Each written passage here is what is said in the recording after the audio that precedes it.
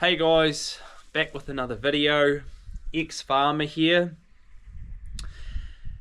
Please comment and subscribe to the channel.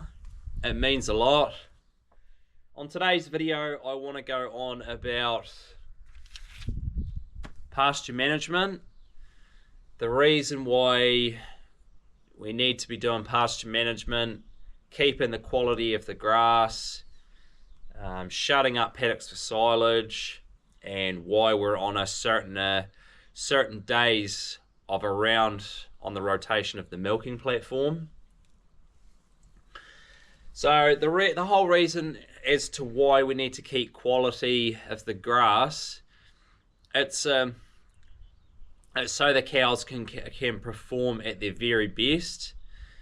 So always having those covers of it's 2900 cover, or some people have it shorter of about 2800 of cover through till 3200 of cover.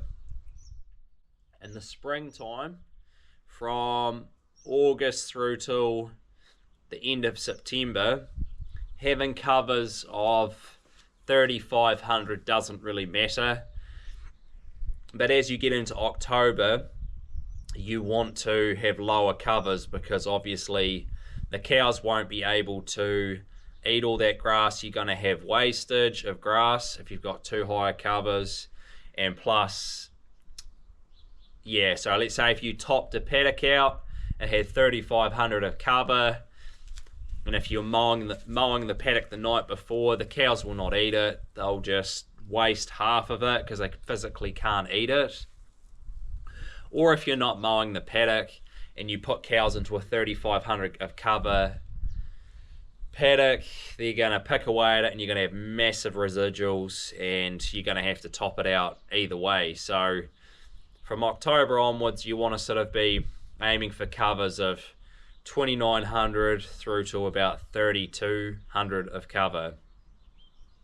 It depends on your type of grass that you have, like ryegrass that'll have a longer stem on it, so you still can get that 3500 of cover or just below it without actually going to seed. So it just depends, but a majority of dairy farms, when they go over 3200 of cover, they're going to start going into seed. The grass will turn into seed, and yeah, the cows can't have that. So I'm going to go on about from October onwards, you will be set on a round. Obviously, I think I might have discussed that in another video. So most farmers will be on a rotation of 20 days, 21 days, 25 days, which Dairy NZ quite like, a 25-day round. It's really conservative, like they just don't want to get themselves into trouble with a round like that. Or you could be up to a 27-day round, which is getting right up there. When you're getting yourself into your second round or going into October onwards, you want to be opening the cows up a lot more. Like, you don't want to be on a 30-day round, because that's too long. You're holding the cows up while you got a lot more grass growing too fast, and you'll probably be shutting up far too many paddocks. If the weather is rubbish, it's wet, you're going to damage those paddocks by having a fence up in front of them, whereas when you got more area, you're going to stop the damage. So when I was farming, I would like to stay on a 23 or 24 day round. That was my aim. I find that's in between. That's the good point where you don't get yourself into trouble, but you're giving those cows just a wee bit more area than what they get on like a 25-day round. If with your round and the days that you're on it, obviously the less days that you're on, it's all dependent on the season and how the grass is growing. So let's say if you're on a 21-day round and the grass is only growing at 50 kgs of dry matter a day, you're only going to get in those. So let's say if you're on a 21-day round, you're only going to get 1,050 kgs of dry matter. And if you've eaten those paddocks down to 1,600, or if you're mowing in front of the cows, you're normally mowing it down to about 1,550 to about 1,600 of cover. So if you're on a 20 to 21 day round, you're only going to get that type of growth. So you're going to get yourself into trouble a whole lot quicker. So I mean, some farmers are prepared to have those extra supplements that they can give their cows, likes of meal or silage, if they need to be topped up with that. It's all dependent on the what the farmer's prepared to spend on feed inputs, the stocking rate of the cows. Higher stocking rates, like 3.2 cows to 3.4 cows to the hectare, they're always going to poke in supplements of like a higher amounts of meal, like up to 4 or 5 kgs of meal a day. But when I was farming, since we were only feeding 2 kgs of meal in the shed and we didn't feed anything else from any other feed source like silage or anything, I would stay on about a 23-day round, and then at least I could get 1,200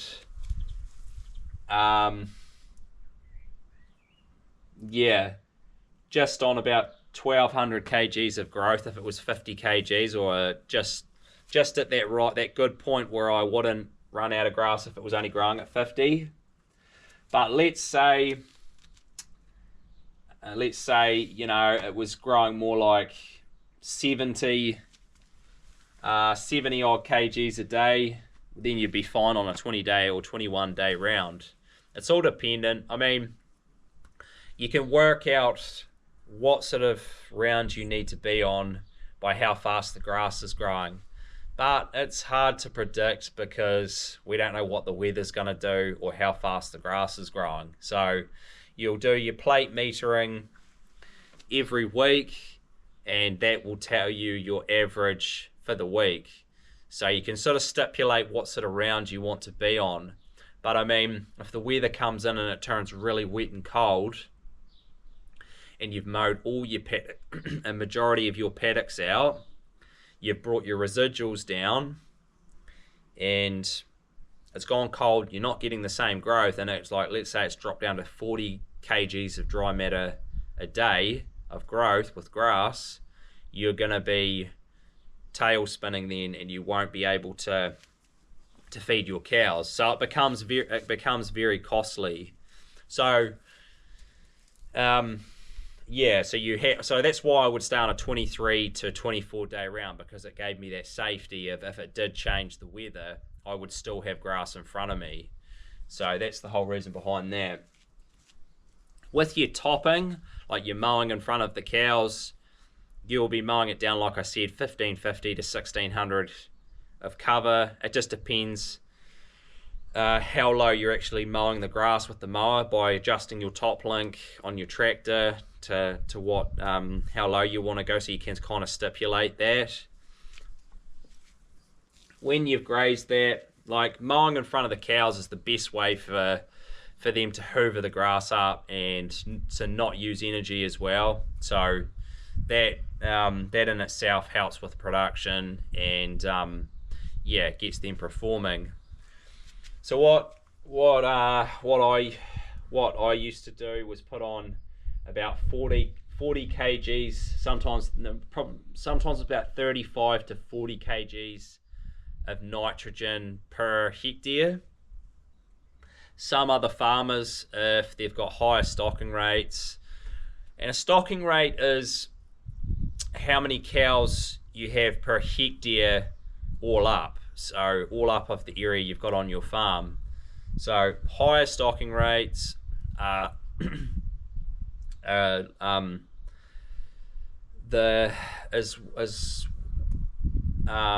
the best way you can make the most money, because you've got so many cows, but you're still getting the production from those animals, but they do poke in a lot more feed. It only works well if it's a higher payout. So yeah, I will put on that. I'd put on 35 to 40 kgs of nitrogen after I had mowed. And what you're aiming for is grass has a 3-stage of growth, and then it will get to its 4th stage where it basically has gotten to its final stage. So you have the first stem of grass that grows, and that's got a lot of sugars in it. And then you got your second stem of grass that grows through, and then you'll have your 3rd stem of grass. And as you get into that 3rd stem of grass, that's when it's just before it's about to seed, or it's getting close to seed. So you're aiming to put cows in that 2nd stem through to about just on getting to that 3rd stem of grass. That's your higher covers, as the perfect cover you want for your cows, because it's all on the type of cows that you have. So like in my other video, I went on about Holsteins, and I think they don't need, I was saying they needed 22 to 27 kgs of dry matter. That was wrong. I said that wrong, so don't take that advice I said in that video. It's more like 26 to, I would say, 28 kgs that a Friesian Holstein would need, where they're about 680 to well over 700 kgs. But like I'm saying, it depends on the type of cows that you have. So with your Holsteins, like what I was mentioning to you guys before about your stocking rate, with your Holsteins, you'd be aiming for having 2 cows to the hectare of your full milking platform. You've got to go per weight per hectare, so they're bigger animals. They need a lot more area to be fully fed and to do the production. And then with your Friesians, you'd be more aiming for 2.7 to, some guys go over 3 cows, or 3.2, 3.4, but they're poking in a lot more supplement to giving their cows their feed requirements. And then you go to Jersey Cross, and then you'll be feeding them, then you're getting into the higher stocking rates where you can get away with it with them, because you can put more cows, but they don't need as much feed, obviously. And then you got Ayrshire cows,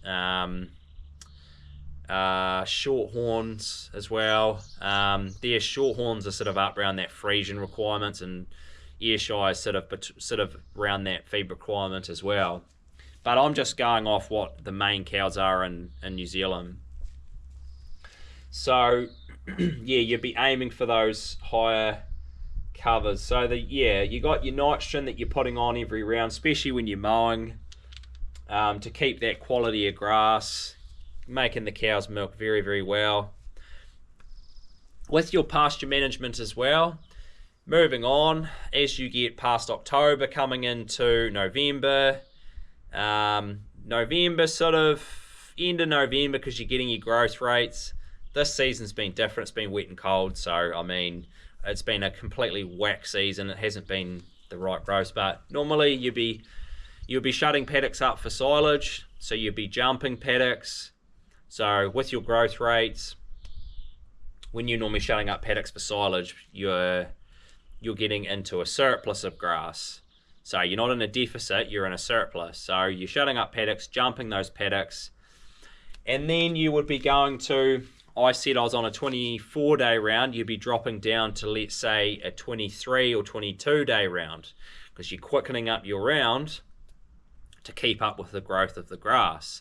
So that's the whole reason why farmers will shut up paddocks for silage, because it's rank grass. They don't want to put the cows in there, and they are making silage out of it. They can feed back to the cows whenever, or later in the season. So that's the whole reason for making silage, jumping paddocks to keep quality of grass. So yeah, so I mean, with that, with jumping those paddocks, yeah, you're going to keep quality. So moving on, as you get into January or February, you're still on that, that quickish sort of round. Depending on how the season is, how dry it is, moving into summertime, the grass will still be having highish growth rates, but then the ME in the grass is not as high, so it's dropping back. So I mean, it's higher in dry matter. And one thing I'll go into, like I haven't really mentioned, like if we weren't to mow the grass and let it turn to seed and go to from that third stage of grass growth to the fourth stage, which turns into seed, if you put cows in that and you fed the cows that, they would lose their milk production. They would do really rubbish with milking. They would put the weight on. They would become, I don't know if you guys have seen it, but they'll become like a holdover cow or an empty cow, or not an empty cow, like a cow that's dry, that's eating a lot. They will get in calf really easy. That's one bonus to it, but they'll have the weight on. Like normally, if you have a really low empty rate, you're normally not feeding your cows, or you're not doing the best potential. Let's say if you're getting like a 5 or 6 or even 7% or even 8% empty rate, you're normally not feeding your cows really well, or unless you've got your minerals going in that are just top notch. The season's mint. I mean, I'm not saying you can get a low empty rate, it's because you're giving them rank grass, but I'm saying that cows that are putting on a lot of weight and are not working very hard to give the milk out, they're going to get in calf a whole lot easier. So it's a catch-22. Yeah, you're doing the best production out of your cows, but your empty rate will normally be slightly higher because they're pushing out the milk. So going into rank grass, you don't want to be doing it. You're putting the weight on the cows, and plus, I said in one of my other videos, when you feed the Springer cows, you would be holding them up, and you didn't want them to have too much or to be making too much milk. So you'd be feeding them hay and you'd be feeding them silage. So putting cows into a rank paddock of grass, you're basically just giving them hay, so it's going to slow up their milk production. So that's a prime example right there. And plus, the grass is all dead underneath because it gets covered by the seed head grass, but also seed head as well. In saying that, so if you give cows a majority quality feed, but they're a little bit loose in with their grass, you can give them hay as well to bind them up. So I mean, if you're only giving them a small little percentage of seed, it can actually have benefits as well. But you're aiming just to keep quality of grass in general. So you're moving on to past February, and as you're starting to slow your cows down. But I'll go on about your fertilizer, your maintenance fertilizer that you'll be putting on. It's sort of, a lot of farmers will put on their maintenance fertilizer for their pasture. This is what you'll apply once a year. Other dairy farmers will do it, small applications of their maintenance fertilizer over the period of the year, and they get a better response from that. So you'll be applying that on around about just before, a couple of weeks before Christmas or into the new year. I always thought applying your maintenance fertilizer before Christmas and a few weeks before Christmas was a good way to get it on, so you got plenty of grass going into